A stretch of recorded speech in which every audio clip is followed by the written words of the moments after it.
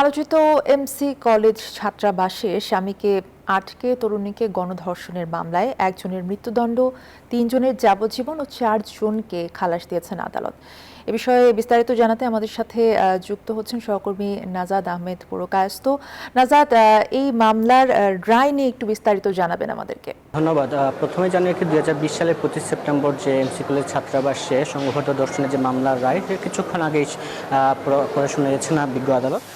সিলেট দ্রুত বিচার ট্রাইব্যুনালের বিচারক স্বপন কুমার সরকার এই রায় ঘোষণা করেন। 91 পৃষ্ঠার যে রায় সেটি আসলে তিনি পড়ে শোনেন এবং এখানে একজনকে মৃত্যুদণ্ড এবং 3 জনকে যাবজ্জীবন কারাদণ্ড দেওয়া হয় এবং বাকি 4 জনকে আসলে খালাস দেওয়া হয়। আমাদের সাথে আছেন রাষ্ট্রপক্ষের আইনজীবী এডিশনাল পিপি রবিউল ইসলাম। আমি একটু ওনার কাছ থেকে মামলার রায় সম্পর্কে একটু জানতে চাইব, আসলে রায়টা কীভাবে কী হয়েছে এবং একটু। ধন্যবাদ। এটা আপনারা জানেন যে এটা 2020 সালের মামলা এমসি কলেজের ধর্ষণ মামলা, চাঞ্চল্যকর মামলা হিসেবে পরিচিত। আজকে মামলা রায় ঘোষণার জন্য ধার্য তারিখ ছিল। আজকে মাননীয় বিচারক সুমন কুমার বিশ্বাস, দ্রুত বিচার ট্রাইব্যুনালের বিচারক, উনি আজকে রায়ের দেশ জুড়ে যে কোনো কেনাকাটায় 10,000 টাকার বেশি অফার, তাই পেমেন্ট মানেই বিকাশ ঘোষণা করেন। প্রায় 92 পৃষ্ঠার রায় আজকে এই ঘোষণা হয় এবং প্রায় দেড় ঘন্টা ব্যাপী রায় ঘোষণা করেন। আজকে এই মামলাতে মোট আসামি ছিল এজাহারে 6 জন, পরবর্তীতে চার্জশিটে আরও 2 জন অ্যাড হয়, মোট আসামি 8 জনের বেশি চার্জ গঠন করা হয়, বিচার প্রক্রিয়া চলে।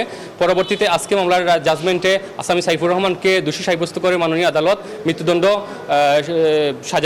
সাজা ঘোষণা করেন, মৃত্যুদণ্ডের সাজা ঘোষণা করেন এবং অন্যান্য আরও 3 জন আসামি রনি, তরিকুল এবং অর্জুন, ওদের বিরুদ্ধে যাবজ্জীবন কারাদণ্ড দেন এবং ওনাদের আরও পাশাপাশি ফাইন 1 লক্ষ টাকা করেন এবং অন্য সেকশন 7 অফ নারী নির্যাতন দমন ট্রাইব্যুনাল আইন, এইটার সেকশন 7-এ 14 বছর করে আরও সাজা দেওয়া হয়।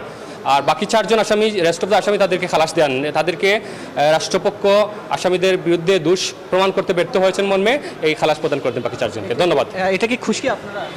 এটা মাননীয় আদালতকে সম্মান জানিয়ে আমরা খুশি, কিন্তু আমরা পুরো রায়ের কপি পেয়ে ভিকটিম এবং প্রসিকিউশনের সাথে আরও কথা বলে আমরা পরবর্তী দুধ আদালতে যাইতে পারি। এটা ধন্যবাদ। আমরা শুনছিলাম আসলে রাষ্ট্রপতি আইনজীবীর কাছ থেকে মামলার বিস্তারিত। এই ছিল আমার কাছে সিলেট থেকে যে আলোচিত যে মামলা সেটির রায়ের সর্বশেষ খবর। ধন্যবাদ আপনাকে। নাজাদ আহমেদ পুরকায়স্ত জানাচ্ছিলেন সিলেট থেকে।